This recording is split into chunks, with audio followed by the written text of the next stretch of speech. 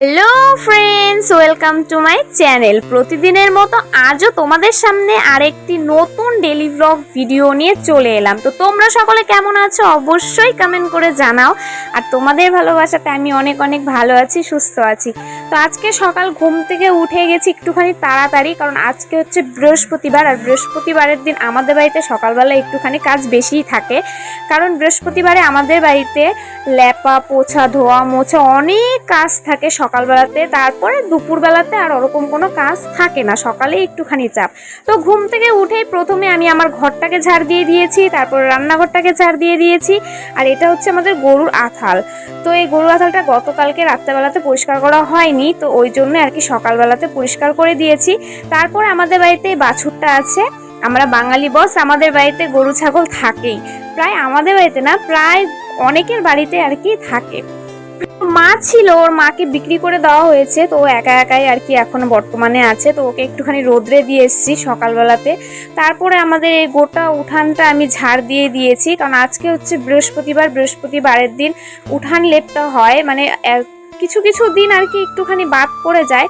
তো গতকালকে যে ভিজা জামা কাপড়গুলো ছিল সেগুলো আমি ওই সাইডে মেলে দিয়ে এসেছি। এদিকে রোদ্রের ঝলকটা আস্তে আস্তে আসছে, মানে সূর্য এখন মানে কি একটুখানি তাপ দেওয়া স্টার্ট করছে।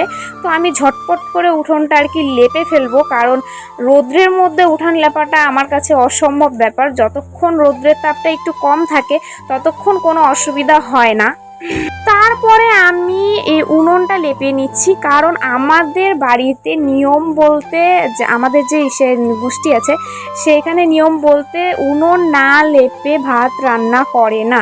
তো সেটা আমি মানি, কারণ সত্যি সত্যি লেপে পুছে রান্না করাটা অনেক ভালো। তো উনুন লেপা হয়ে গেছে, এখানে ওভেনটাও ছিল, যেহেতু বৃহস্পতিবার সমস্ত কিছু ধুয়ে মুছে আর কি রান্না করতে হয়। তো এখানে আমি ওভেনটাও মুছে নিচ্ছি, এখানে রান্নাঘরটাও মুছে নেব, কারণ রান্নাঘরটা হচ্ছে তোমার একটুখানি ছোট, তবুও রান্নাঘরটা আর কি পরিষ্কার পরিচ্ছন্ন করে রাখলে পরে ভালো লাগে দেখতে। আর বৃহস্পতিবারের দিন তো মুছতে হবেই।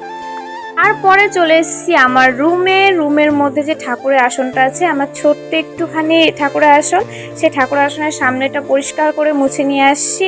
গোটা ঘরটা আমি পরিষ্কার করে মুছে নিয়েছি। তারপর আমি চান করে চলে এসেছি, কারণ আজকে বৃহস্পতিবার আর অনেক দিন পর আজকে নিজেকে শাড়ি পরে একটুখানি ভালো লাগছিল দেখতে, যেটা আমার মনে হচ্ছিল। তো যাই হোক, তারপরে আমি আলতা পরে নিচ্ছি, কারণ বৃহস্পতিবারের দিন আলতা সিঁদুর শাড়ি পরে একটা বউ যদি মানে কি পুজো করে তাহলে পরে অনেক সুন্দর লাগে দেখতে। তো আমি যখন আলতা পরছিলাম তখন আমার মেয়ে আর কি মনা এসেছিল, মনা এসে বলল, মা আমাকে আলতা পরিয়ে দাও। ও প্রচুর সাজুগুজু করতে পছন্দ করে, আমিও কিছু কম যাই না। তো আমি যখন আলতা পরছিলাম ও এসে বারবার বলছিল, মা আমাকে আলতা পরিয়ে দাও, আলতা পরিয়ে দাও। তো ওকে আমি আলতা পরিয়ে দিয়েছি, ও সাজতে অনেক পছন্দ করে। তো ও তারপরে অনেক খুশিও হয়ে যায় যখন ওকে আলতা পরায়। তো আমি তারপরে বসে গেছি পুজোতে। তো সব কিছু সুন্দর করে গুছিয়ে গাছিয়ে সুন্দর করে সাজিয়ে নিয়ে পুজো দিতে আমার প্রচণ্ড ভালো লাগে। সেই ছোট্টবেলা থেকে ভগবানের প্রতি অনেক ভালোবাসা, মানে ভালো লাগে আর কি পুজো দিতে গুছিয়ে গাছিয়ে সুন্দর করে। তো সকালে যেসব জামা কাপড়গুলো রোদ্রে দিয়ে এসেছিলাম সেগুলো সম্পূর্ণ শুকিয়ে গেছে, সেগুলোই আমি আর কি ভাঁজ করে তাক তাক করে সুন্দর করে রেখে দিয়েছি। তারপরে আমার ছিল এই বিছানাটা গোছানোর পালা, কারণ সবার লাস্টে কোনো কাজ যদি থাকে তাহলে আমার বিছানা গোছানোই একটা কাজ। মতো এখানেই টাটা, দেখা হবে পরে আরেকটি নেক্সট ভিডিওতে। সবাই ভালো থাকবে, সুস্থ থাকবে। আমার এরকম ভিডিও পেতে প্লিজ আমার চ্যানেলটিকে সাবস্ক্রাইব করে দেবে। টাটা।